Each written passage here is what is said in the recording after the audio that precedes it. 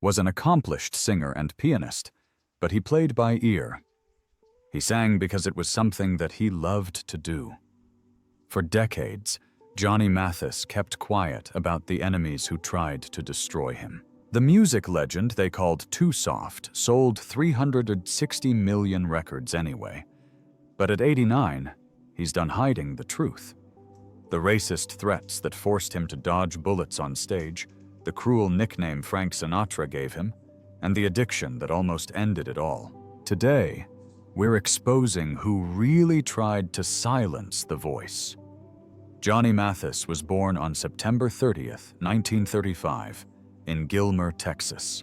He was the fourth of 7 children in a family that deeply valued music. His father, Clem Mathis, had been a vaudeville musician for a time, playing piano and singing on stage. This musical background had a lasting impact on Johnny. When Johnny was 8, his father saved $25 to buy an upright piano, a significant investment at the time. The piano was too large to fit through the front door of their small San Francisco apartment, so Clem took it apart overnight and rebuilt it inside. That kind of dedication showed how much he believed in his son's potential. Not long after Johnny was born, his family moved to San Francisco and settled in the Fillmore district. The neighborhood was alive with music and culture, often called the Harlem of the West. Growing up in that environment shaped his love for singing. By the time he was 8, he was performing at church, school events, and family gatherings. His father became his first teacher, showing him how to sing "My Blue Heaven." His parents believed in him so much that they even started a small fan club for him while he was still young. When Johnny turned 13, he started formal voice lessons with Connie Cox, a well-known vocal coach in the Bay Area. The family couldn't afford traditional lessons, so Johnny worked around her home in exchange for training. For 6 years, he learned everything from vocal scales to classical techniques, skills that would later shape his smooth tenor voice. Those years of training built the foundation for his future as one of America's most celebrated singers. Though music was his passion, Johnny was also an exceptional athlete. At George Washington High School, he was a standout in basketball and track and field. When he went to San Francisco State University on an athletic scholarship, he set a high jump record of 6 feet 5.5 inches, just 2 inches short of the Olympic record at the time. He was widely recognized as one of the best all-around athletes from the Bay Area. While in college, Johnny started performing in local nightclubs. One day during a Sunday jam session at the Blackhawk, something life-changing happened. Helen Noga, the club's co-owner, heard him sing and was immediately drawn to his voice. She saw his potential and became his manager. In 1955, she arranged for Columbia Records executive George Avakian to hear Johnny perform at Andy's 440 Club. Avakian was so impressed that he sent a telegram to Columbia saying, "Have found phenomenal 19-year-old boy who could go all the way. Send blank contracts." Later that year, Johnny signed his first recording contract with Columbia Records at just 19 years old. His debut album, Johnny Mathis, A New Sound in Popular Song, came out in 1956. The album featured jazz-inspired arrangements by Gil Evans and Teo Macro, highlighting Mathis's smooth vocal style. But jazz records weren't selling well at the time. The album struggled commercially. It included songs like Easy to Love and Prelude to a Kiss, but it never made it onto Billboard's best-selling pop albums list, which had only 15 spots back then. When the album failed to make an impact, Columbia realized they needed a new approach. That moment became a turning point. Under the guidance of Mitch Miller, a key figure at Columbia Records, Mathis moved away from jazz and embraced romantic pop ballads. His debut album might not have been a hit, but it proved he had something special. His voice had warmth, control, and an emotional depth that set him apart. In late 1956, Miller took full creative control and rebranded Mathis as a balladeer. At a recording session that fall, Mathis recorded 2 songs that would change his career: Wonderful, Wonderful, and It's Not For Me To Say. When released in early 1957, Wonderful, Wonderful climbed to number 14 on the Billboard charts, while It's Not For Me To Say went even higher, reaching number 5. Both songs showcased Mathis' effortless tenor and lush orchestral arrangements, making him stand out during a time when rock and roll was taking over. Then came Chances Are. Released in mid-1957, this dreamy ballad became Mathis's first number 1 hit and remains one of his most beloved songs. Written by Robert Allen and Al Stillman, it captured his ability to express deep emotion through subtle vocal nuances. By the end of 1957, he had 3 top 10 singles, proving that Miller's vision had paid off. Romantic ballads became his signature sound, appealing to fans across generations, despite the dominance of rock stars like Elvis Presley and Chuck Berry. A major breakthrough came on June 16, 1957, when Mathis performed on The Ed Sullivan Show. At just 21 years old, he sang in front of millions of viewers, turning him into a national celebrity overnight. The show was one of the biggest platforms for any entertainer at the time, and appearing on it meant instant success. Mathis performed some of his recent hits, including It's Not For Me To Say and Wonderful.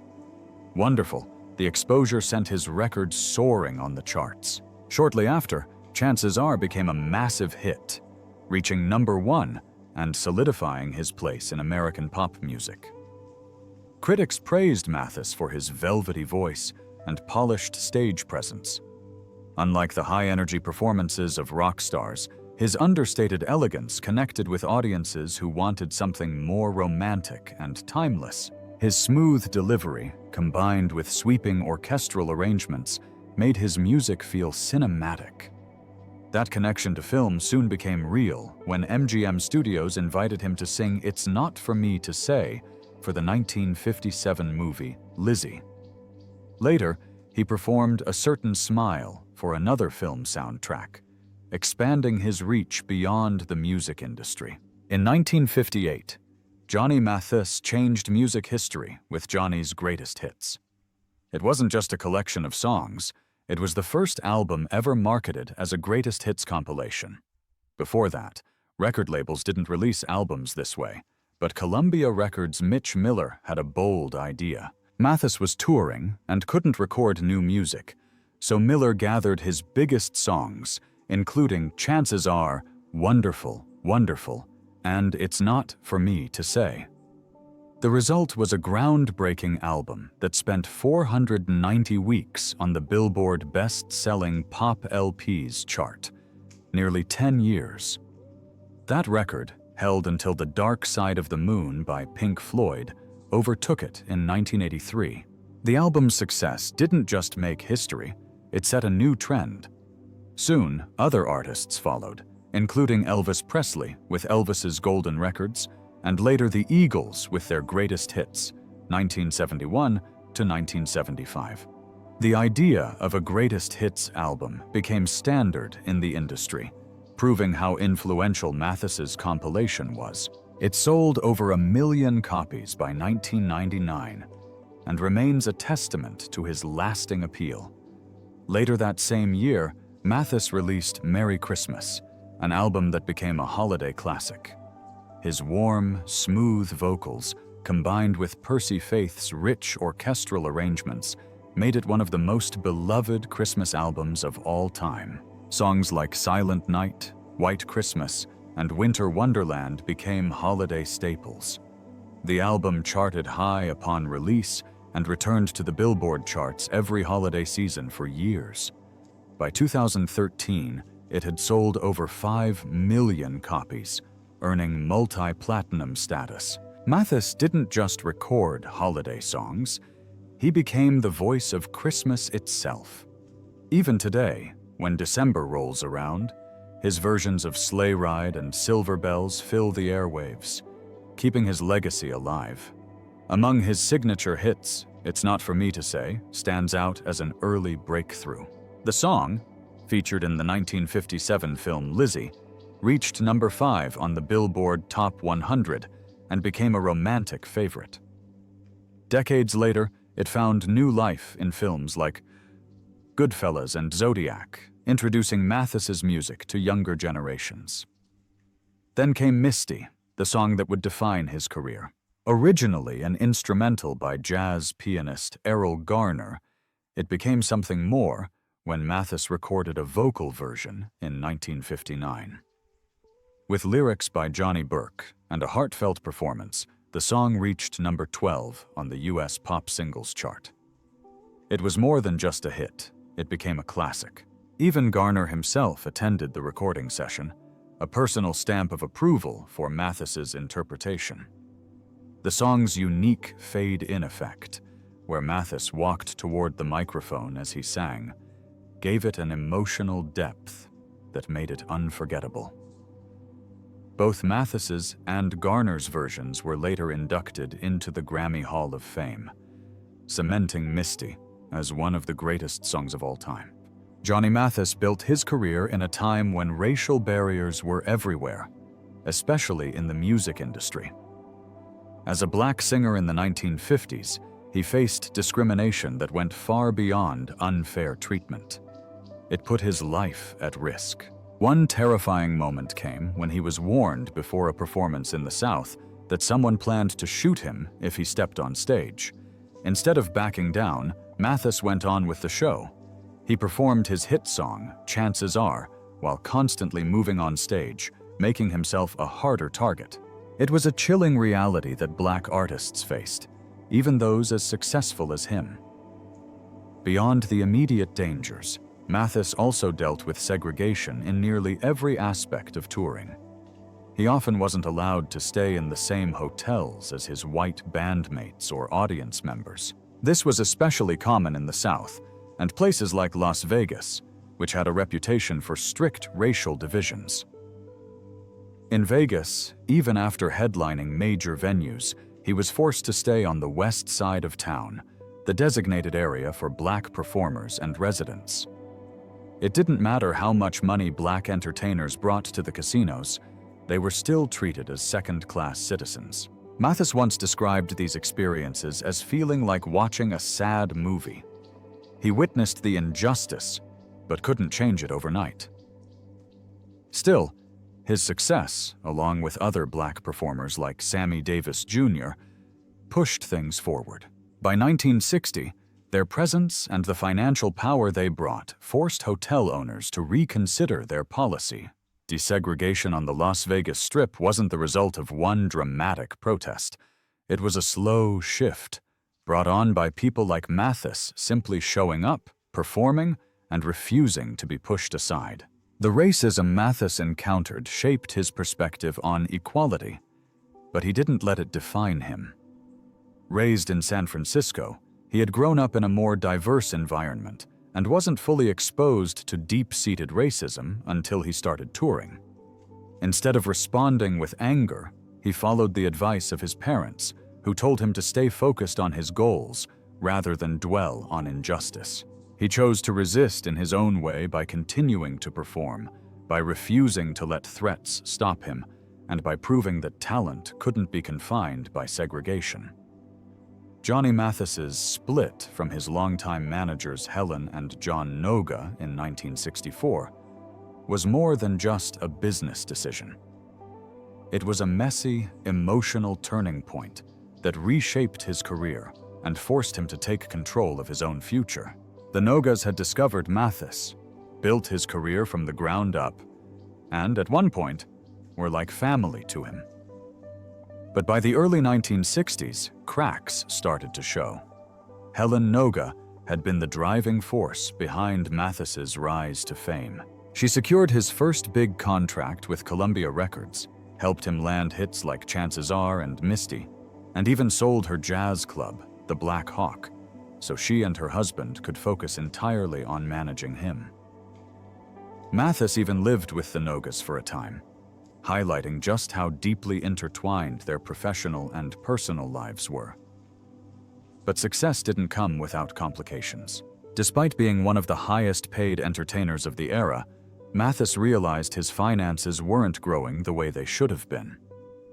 Between January 1961 and June 1964, his net worth had reportedly increased by less than $25,000. For an artist selling millions of records, this was alarming.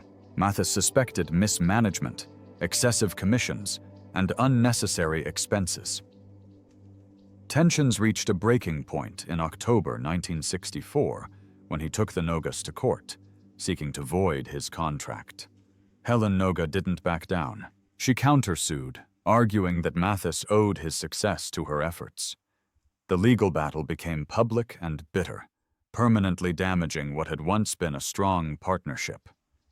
The breakup wasn't just about money. Mathis wanted control.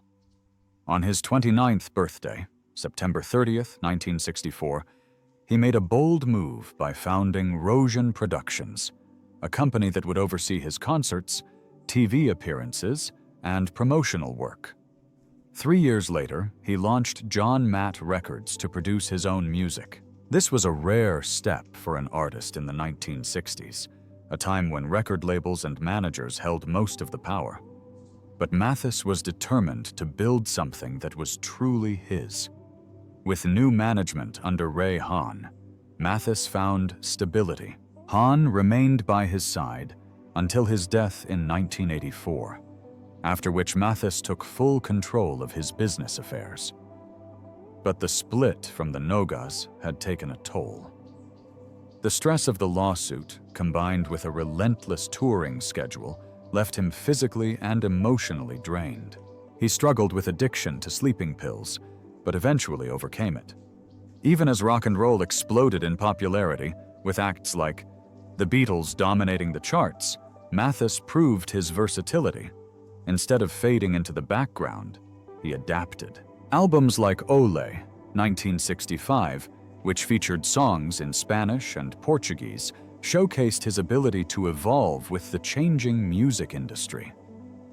Johnny Mathis is known for his smooth voice and timeless hits, but behind the scenes, he fought personal battles that nearly derailed his career.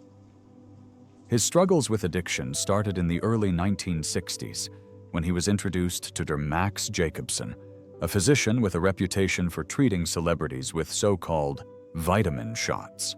These injections were laced with amphetamines. At first, they seemed like a miracle. Mathis had been dealing with laryngitis, and suddenly, his voice was back. He could perform night after night, sometimes 5 shows in a single evening at venues like the Copacabana in New York. But the energy boost came at a cost. The drugs took a toll on his health, and before he knew it, he was dependent. Alcohol became another problem. Champagne, in particular, was his drink of choice. At first, it seemed harmless, something to celebrate success.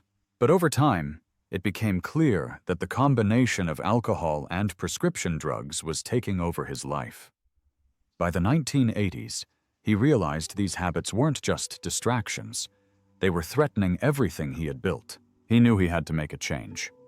A turning point came thanks to a friend who happened to be First Lady Nancy Reagan. She noticed his drinking at a reception and didn't hesitate to speak up. She suggested he had a problem and took action, arranging for him to enter the Havre de Grace Rehabilitation Center in Maryland.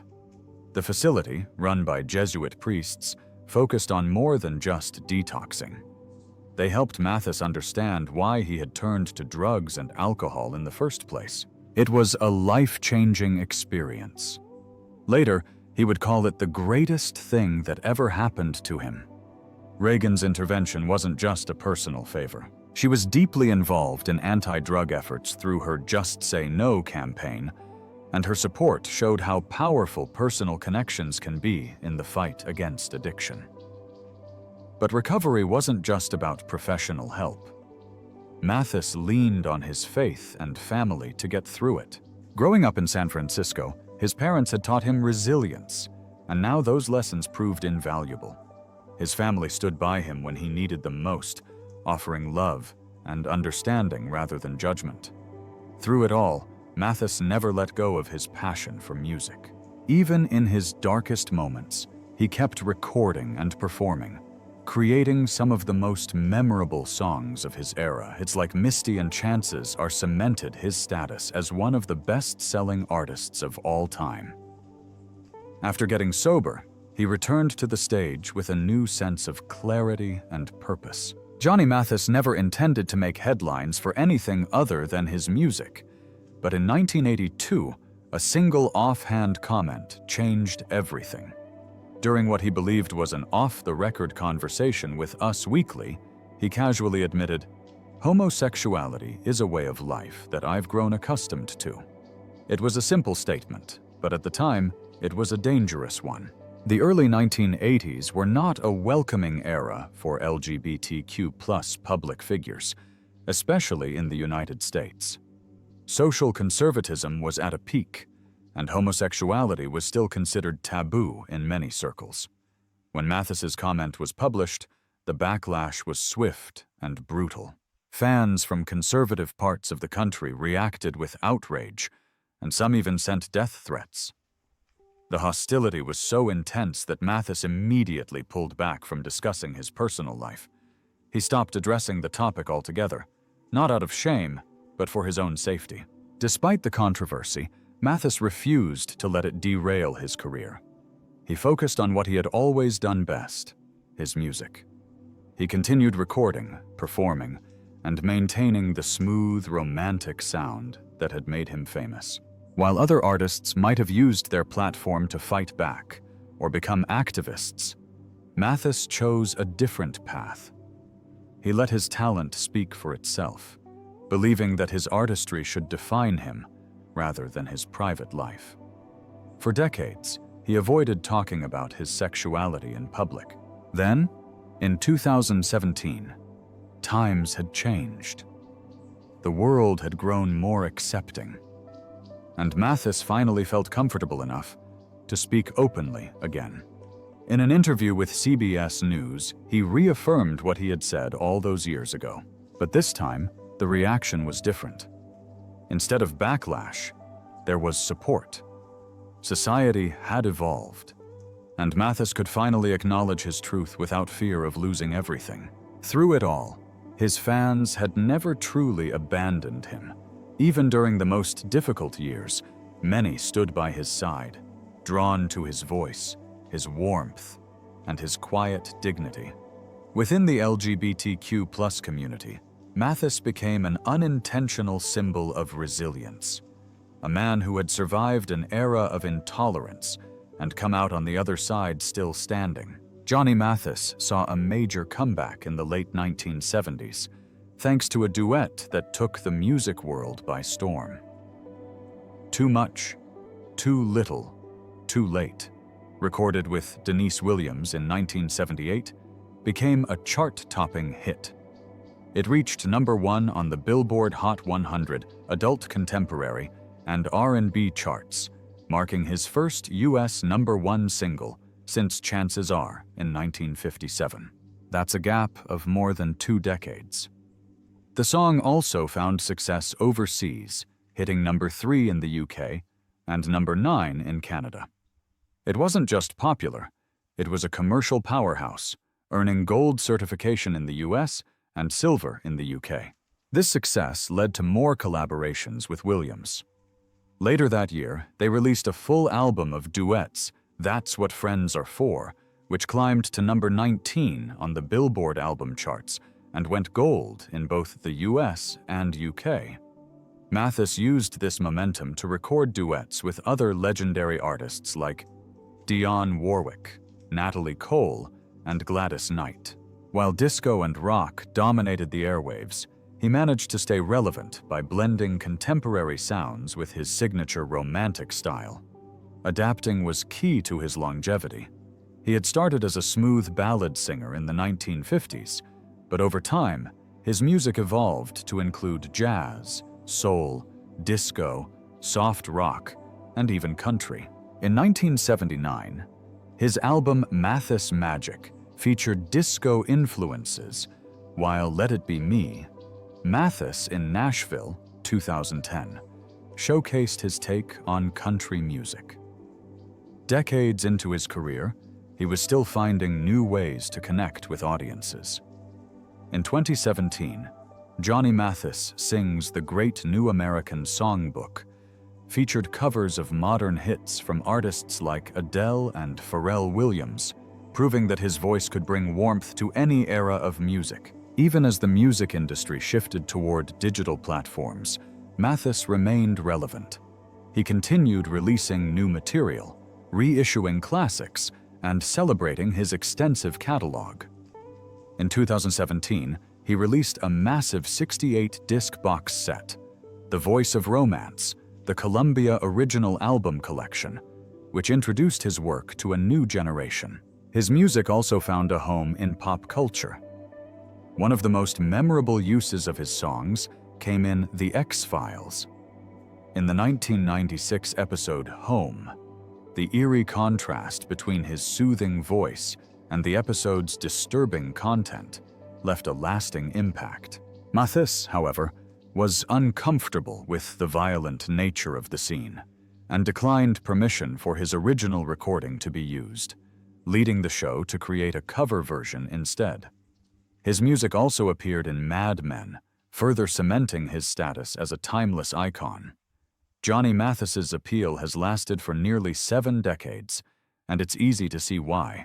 His warm tenor voice, effortless phrasing, and ability to connect emotionally with listeners have made him one of the best-selling artists of all time, with over 360 million records sold worldwide.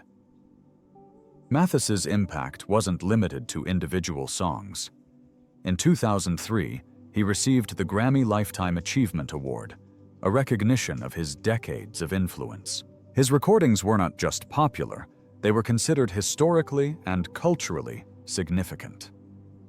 The Library of Congress acknowledged this in 2024 when it added Chances Are to the National Recording Registry, ensuring that future generations would hear what made Mathis a legend. Meanwhile, Frank Sinatra was never one to hold back his opinions, and when it came to Johnny Mathis, his early comments were far from kind. He reportedly called Mathis the African Queen and dismissed his music with a crude remark, "He sings good, but who wants to listen to that shit?" Sinatra's style was built on sophisticated phrasing and storytelling, while Mathis leaned into romantic ballads with a silky, smooth delivery. To Sinatra, this approach felt too soft, too sentimental.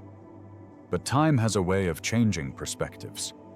As Mathis's success grew, so did the respect he commanded. Sinatra eventually admitted that Mathis had one of the most distinctive voices in the world, even referring to him as the master song salesman. Bing Crosby echoed the same sentiment, and Johnny Carson went even further, calling Mathis the best ballad singer in the world. These weren't just empty compliments, they were acknowledgments from some of the biggest names in entertainment, people who understood the weight of lasting success. Mathis never fired back at Sinatra's early remarks. Instead, he carried himself with grace, never speaking ill of the legendary crooner. That quiet dignity only added to his reputation. Over 6 decades, Mathis sold over 100 million records worldwide, becoming the voice behind classics like Misty and Chances Are.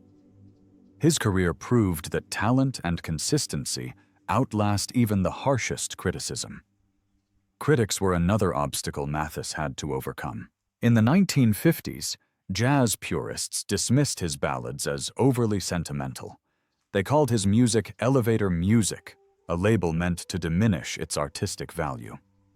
Jazz was all about improvisation and technical mastery, and to them, Mathis's smooth, polished sound felt too commercial. Even Errol Garner, the jazz pianist who composed Misty, wasn't thrilled with Mathis's version. He thought it was too refined, leaning too much into pop, but audiences didn't care.